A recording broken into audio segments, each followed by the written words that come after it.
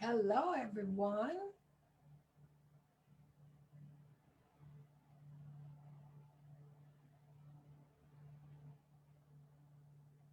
Hello, hello, hello. It seems as though I have a little lag time. So I am going to I'm going to have to fix this. Seems as though I have a little lag time. Okay, so I am going to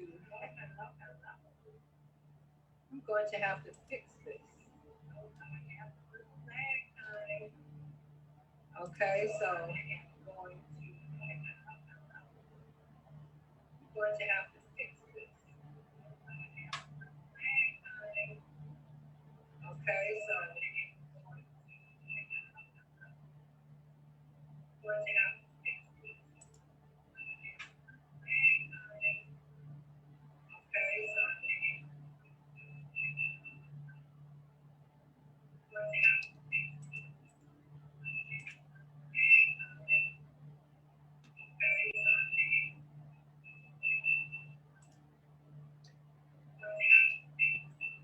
Okay,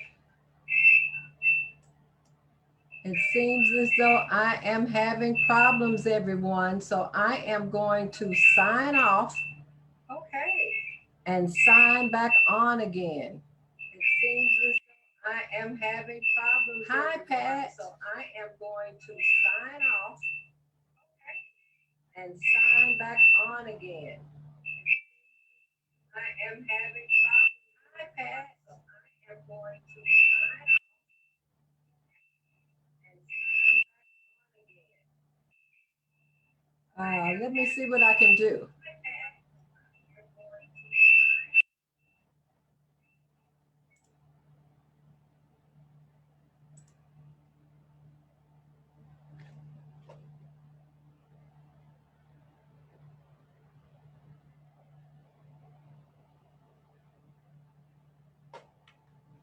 Okay, let's just do this.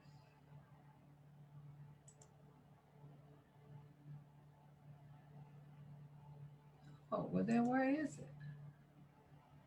Is it here? Okay. Okay. Let me bring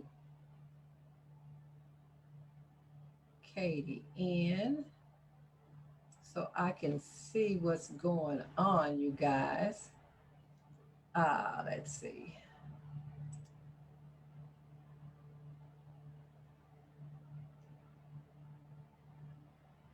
I'm going to pause here just for a second.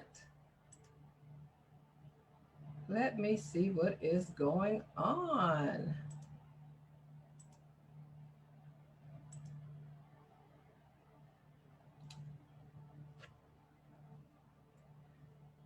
I'm going to try this again. Please be patient with me. Looks like I am going to bring my guest right in.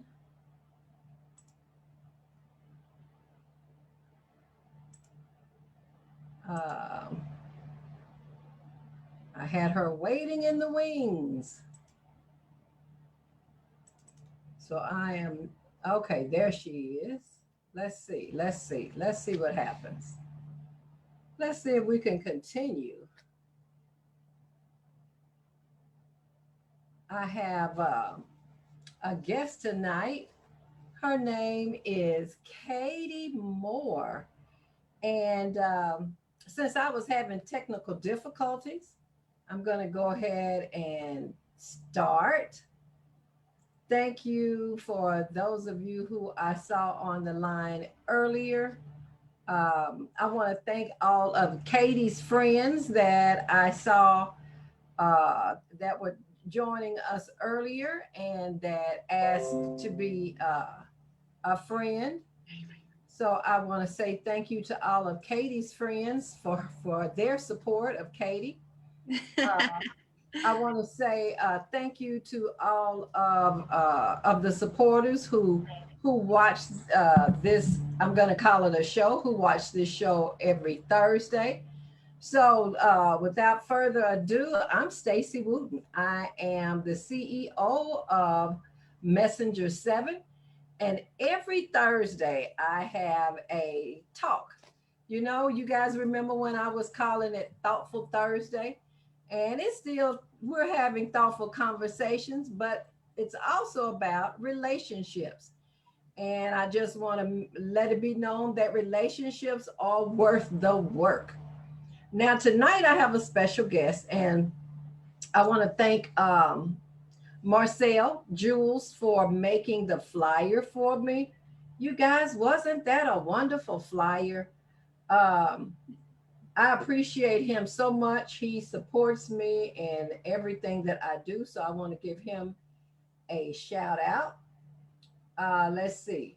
I want to I am multitasking as usual, you guys. I'm trying to find out if you guys can hear me and if you can see us live. If I can get someone to chime in, that would be great to let me know if you can see me or if you can hear us. That would be great, and then we can move forward. So that is what I am online doing right now. Trying to see if people can hear us. Sometimes when I go live, um, I can't tell. Well, so guess what? From what I can see, Katie, we are live. And Okay, great. comments are saying, Okay. okay, all right. Okay, so you guys, this is Katie. And I'm going to let Katie have a few minutes to introduce herself. We're going to have a wonderful, engaging conversation. And I really hope that someone get some information tonight or learn something maybe about their own experience. I really hope that Katie is able to help someone tonight in their journey. Okay, Katie, give us a little bit about yourself. Well, first of all, thank you so much, Stacy, for having me tonight. I do want to thank Marcel also, not just for the flyer, but for connecting us. Marcel and his wife, Marion, are dear friends of mine, and they've been super supportive in my journey. And so, anyway, thank you for having me. My name is Katie Moore. I am a cat mom of one. I am a state of Texas employee. I'm an adult college student. I like to say that I'm going to be a senior citizen college graduate. I better hurry on those classes. um, I'm a friend. I'm a mother. I'm a cat mom. I already said that. I'm sorry. I'm a sister. I'm a daughter, and I am a young widow.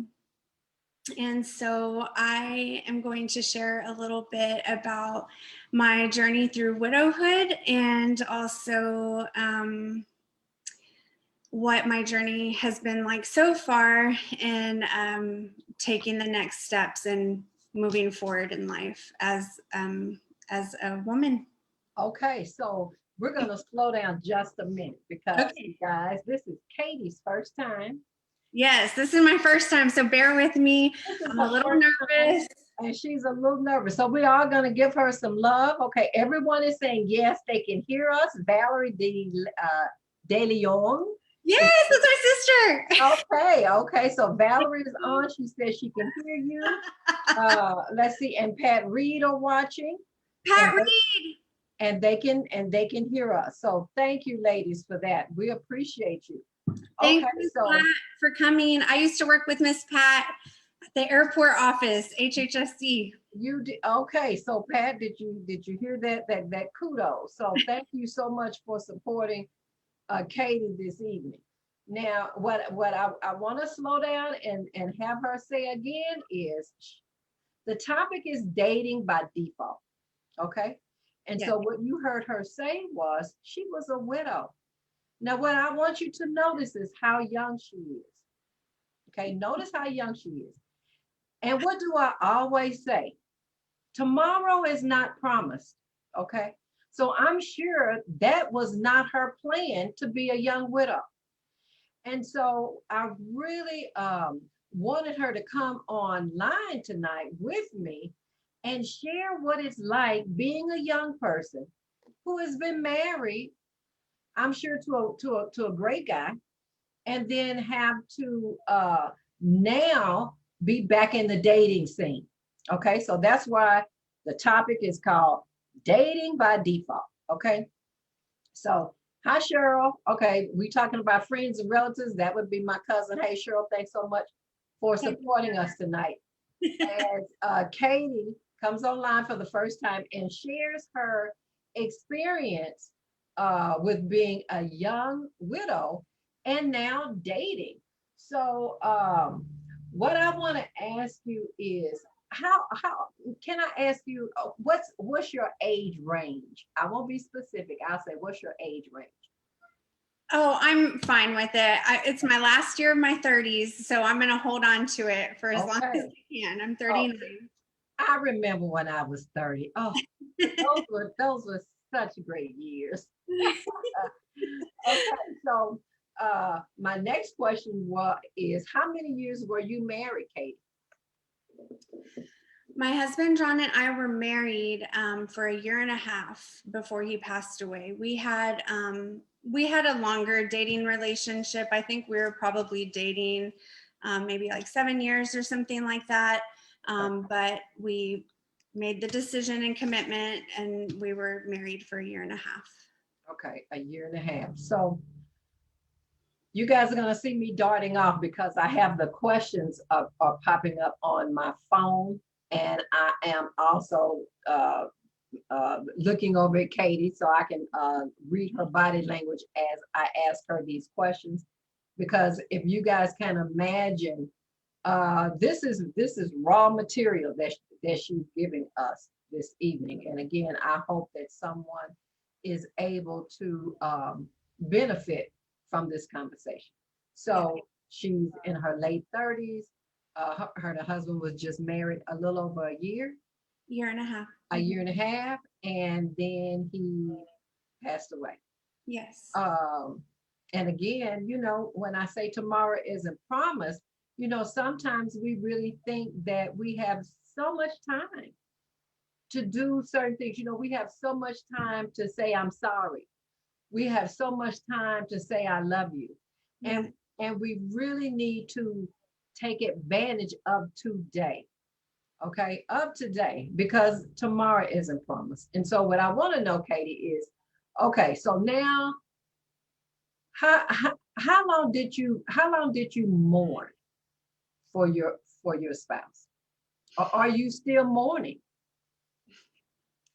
Um, I think it I think it varies. I'm not in as deep of grief and bereavement as I was closer to the time that he passed away, of course. But if I'm to be completely honest, it's been 5 years now. Today is 5 years in a month. So he Mm. passed away on April the 27th, 2016. And so I honestly did not feel like I started to come out of this grief fog probably until like the beginning of this year.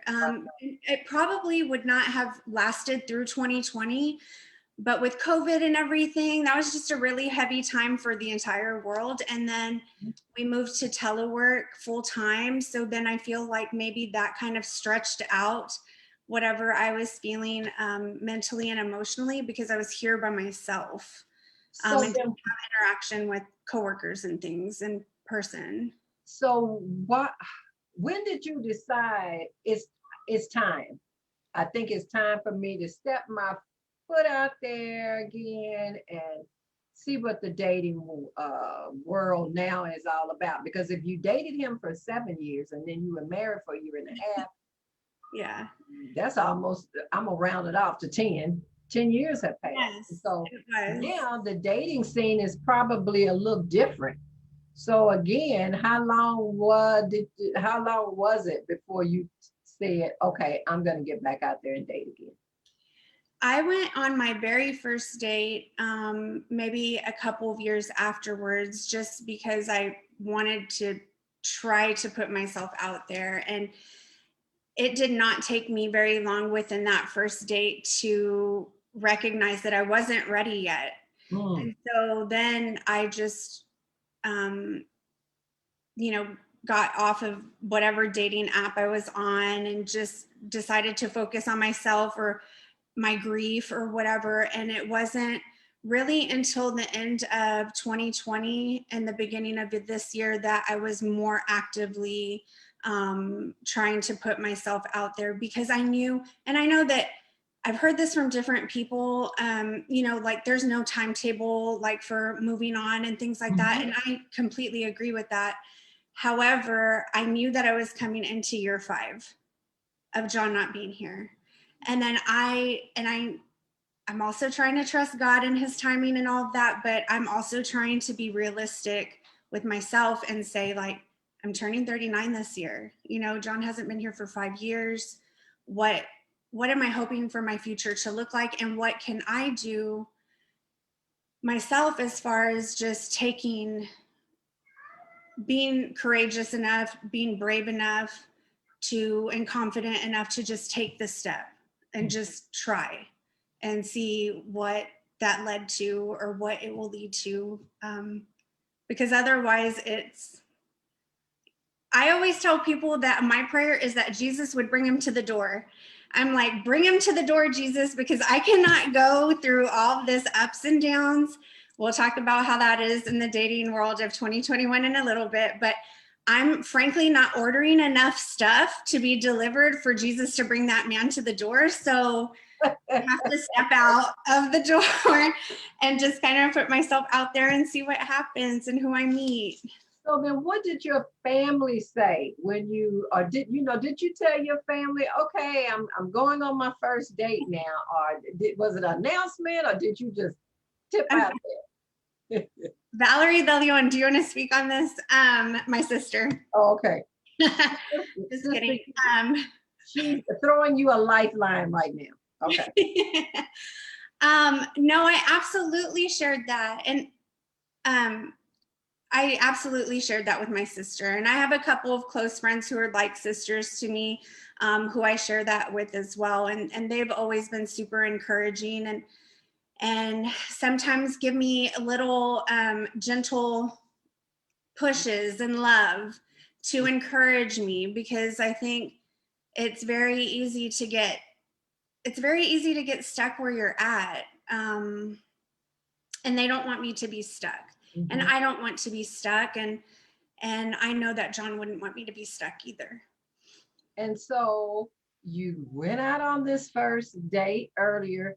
You Yeah. came back, realized, okay, I'm still, I need a little bit more time to grieve. Yeah. And then you went back out again. So what was that second date like? It was fine. I mean, just first date nerves, I think, like meeting somebody new for the first time. This person and I had not spoken on the phone beforehand, so I didn't really know, what his voice sounded like or anything like that. I feel like I can sometimes be a pretty good judge of character, sometimes I'm not, but excuse me, I'm sorry, but being able to like hear somebody's voice, you can kind of gauge like what kind of personality they have. But anyway, I mean, we went out and it was fine. Yeah, it was fine. It was fun. Okay, okay. When you first went out, what was the conversation like? Did you immediately say I'm a widow, or did you wait to say that, or what was that? What was the conversation? More like getting to know each other. How much did you share of yourself? Prior to the date, I think it was more just like pleasantries and, what kind of music do you like, things like that, just about your, Basic. like, right, like your preferences, things like that, your hobbies or whatever. When we were actually at the date, we did end up coming around to that conversation. Hmm. And he shared about his story with me before I shared. And then, I shared that I was a widow. And so Was that's he not, surprised? I think so. I think people in general, like not even in dating, but just people in general, like, because I'm younger, I was Mhm. 34 when I became widowed. And so even then it was like, oh my gosh, you're so young, you know, this whole thing. And so I'm like, yes, I am. And this completely sucks, but this is what it is now. And so anyway, so I think he got, if I remember correctly, like he just kind of got quiet and was like, you know, I'm sorry. And some people will go as far as to be like, may I ask what happened? And, you know, at this point, so much further out than what I was, like, I don't have as much of an issue sharing um, about John, but it really varies upon person. And just to add this in there, you know, when you're on the dating, so I primarily use dating apps to meet people, especially because I'm teleworking. Mhm. Fortunately for all my friends and most of my family, everybody's already matched up with their people, and I'm so happy for them. But that doesn't leave a whole lot of single people out there. Um, so, Right. I have joined different dating apps, and you know, you have the option to put what your status is on there, in addition to like what it is that you're looking for. You're looking for something long term, casual, that whole thing. But I never put that I'm widowed on there, just because that's something that I would really like to hold close to my heart, and share it with the people that I actually meet. And I think that sometimes people have their own preconceived notions about things like that. A lot of people might not be okay with dating somebody who's widowed. And in fact, I'm part of widows groups on Facebook, and we talk about dating there, you know. And so I've seen people say that their new partners are not very accepting of whatever Wow. residual feelings that they may have for their late spouse. And that's for men and women. And I think that I don't really understand that, but I mean, and it's not for me to understand. My prayer is that God, God will bring somebody who's sensitive to that for me. Yes. Yes. And he will. We Yes, just He have will. to trust that when we pray and we turn it over to God Yes, and not get in there and help him, that he knows what he's doing. He does, Stacy. I just like to be a little helper sometimes. I know. And he really, I'm sure he appreciates that. But at the same time, he's probably saying, Katie, if you would just keep your fingers away and let me handle this. Right, to myself. In my own time, I heard you say earlier, Yeah. you know, about you have a time frame, but you know, God has a time frame too. And a lot of times our time frame and God's time frame is not the same time frame, Yes, that's true. because many times he's teaching us to be patient. Yes, you're Okay. right. Because you know, who knows what he's doing in the background. He could be grooming this guy. He could be you know, uh, uh getting him ready to come Yeah. to that door as you have requested. I remember my daughter saying the same thing. I'm not getting out. He's gonna have to come to the door. Okay, he didn't come to the door, but she's married now. You know what I'm saying? And Yes. so just be willing and open that God is gonna do it His way, Yes. not Katie's way. So He may not be at Right. the door, but He may be at a church event. He may, you said you have a sister, your sister may have an event. He may be there. He may be a friend of a friend. Just be open and allow your heart to be open so Yes. that God can do what he needs to do. Now, tell Absolutely. me about, what are you most anxious about in now getting out and dating again? What makes you anxious? I mean, it's been such a long time since I've dated. You know, like we were talking about time frames earlier, and it's Mhm. been, you know, John's been gone for 5 years, and then we dated for 7, and then we were married for a year and a half, like all this stuff. So it's been like 17 years really since I've been dating, you know, and so things have changed. The world has changed, and I have changed as well. And so the things that I may have settled for previously are not something that I'm willing to settle for in this season of my life anymore. I I have to remind myself sometimes to be like, you were somebody's whole wife. Like, you don't need to be out here like accepting just whatever because you're lonely or because you want a companion or whatever it is. And that's anxiety producing, because you do want somebody. Like, I do want somebody to talk to and hang out and, just spend time with or whatever. But I think that that's what gives me a lot of anxiety, is just how different everything is. And trying to date according to how God wants us to live in a hookup culture it's tough. Okay, that's a good point. Okay, so now, was God as active in your life then when you first met your husband as he is now? And has that made a big difference in how you date? Absolutely. I think, I I've always been a believer. I've always known Jesus. Have I always been following Jesus? No. And then so having faith and expecting that I'm going to, or having that standard or non-negotiable, like I'm not willing to bend in that area at all, because I believe that part of the reason we had such a long dating relationship is because John and I weren't on the same page regarding faith. Oh, And so we ended up taking a break from one another. And then we found our way back to Jesus on our own. And we had a really great group of supporters from like our family and church members and friends. And then we decided to get married. And so for it to have ended as quickly as it did, and the way that it did, was really hard on me to come to terms with in my own faith.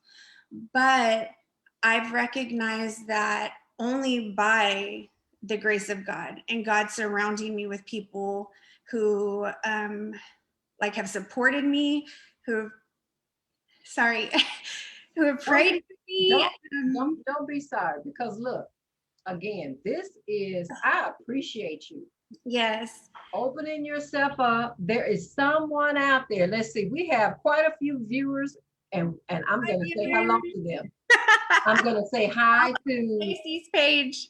I'm going to say hi to Denise Mills, who's watching. Hi to Deborah Bright, to Dr. Corvera Moten. Again, Pat Reed, your sister. Know that there's love out there, and Candace Brown and Rita King, and know that there's love out there supporting you Thank you, everybody. as you share such an intimate moment with me. And Yeah. I appreciate you so much for it, because Absolutely. again, um, this time that we're spending together is about relationships. Yeah. And even you and I have built a relationship so we could do this together. Yes, You know, absolutely. you know what I'm saying? And we only met like a few weeks ago. Right. And I felt like God put you here so others can hear. Yes. You know what I'm saying? Hey, Yeah. I just said something real cute. Did y'all get that? God put her here, HERE, so you guys could hear. That's Think about true. that. Okay, so Sheila Boyer, hello, hello. And so there's much love out there for you. Yeah. And so know that I'm going to spend a few more minutes, and I might have to have a part two. Would you be willing to come back for a part Yes, two? of course. I love Okay. it here. And All thank you right. for having me again and just making me feel comfortable and like that this is just a conversation. I was a little nervous about that, but I just want to finish that thought, because I really did have such a great group of support people around me, and I can only give God all the glory for that, because people were praying for me, some like pushing me. Sometimes I needed a nice gentle push, and sometimes I needed a swift push. Mhm. And I had great support at work and in my friend circle and church, and it's the amount of support that I've had has been incredible, and I'm just so grateful for that. And that's honestly what has carried me all the way through, even in the most darkest of times. Yeah. Well, I want to come back next week and I want to discuss a little bit more about, I kind of allowed you to glaze over it a little bit, about expectations, Yes. about the expectations that you have, and then what you are getting on your dates. Okay. Okay. All right. So you Okay. guys, we're going to come back next Thursday with part 2 with my special guest, Katie Moore. And we're going to dig a little bit deeper into dating by default. Now, do you guys have any questions before we get off the air? I'm going to allow this time for questions for Katie. You have any questions, anyone, for Katie at this point? Because if not, I will put time in for next week for questions. Sheila Boyer is saying, bless you. Hi, Emma. Emma is watching. We got some correspondence going on between the viewers themselves. Um, but Pat is saying, that you guys have spent a lot of time together sharing the word. And so I want to say that out loud because, and Dr. Corvera Moden is saying, thank you so much for sharing. Because I think it's, and Cheryl Mill is saying, I love your testimony, stay strong, and wait for who God sends you. I received that. Okay. All right. So since I don't see any questions at this time, I am going to end and we're going to come back. Even though the segment may be shorter next week, Katie, Okay. I want people to have questions. And so probably I'll do a flyer on questions and answers. And I'm going to dig just a little bit deeper on expectations for the dating game now. Yes. And I still want to know a little bit more about when you said that when you weren't actually equally yoked when you first met, but then you became yoked. Yeah. And so I think that's a beautiful thing too. Okay. All right, everyone. I'm gonna say good night. Relationships are worth the work. This is Stacy Wooten and Katie Moore, and we will see you next Thursday. Thanks, guys, for being so patient with me. I had a couple of faux pas in the beginning, so I appreciate you. Thank you, and hey, everyone, have a great Memorial Day weekend. If Yeah. you're traveling, be safe. The airports are full. Wear your mask and enjoy. All right. Thank you. Bye, everyone. Bye, Katie. Thank you. Bye. Thank you.